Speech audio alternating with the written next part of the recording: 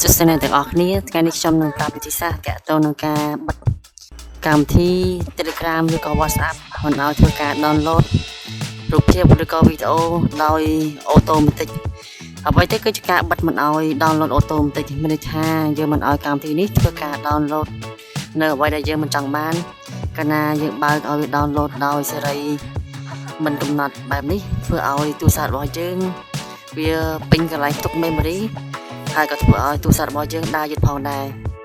អញ្ចឹងកុំភ្លេចតាមដានវីដេអូនេះរហូតដល់ចប់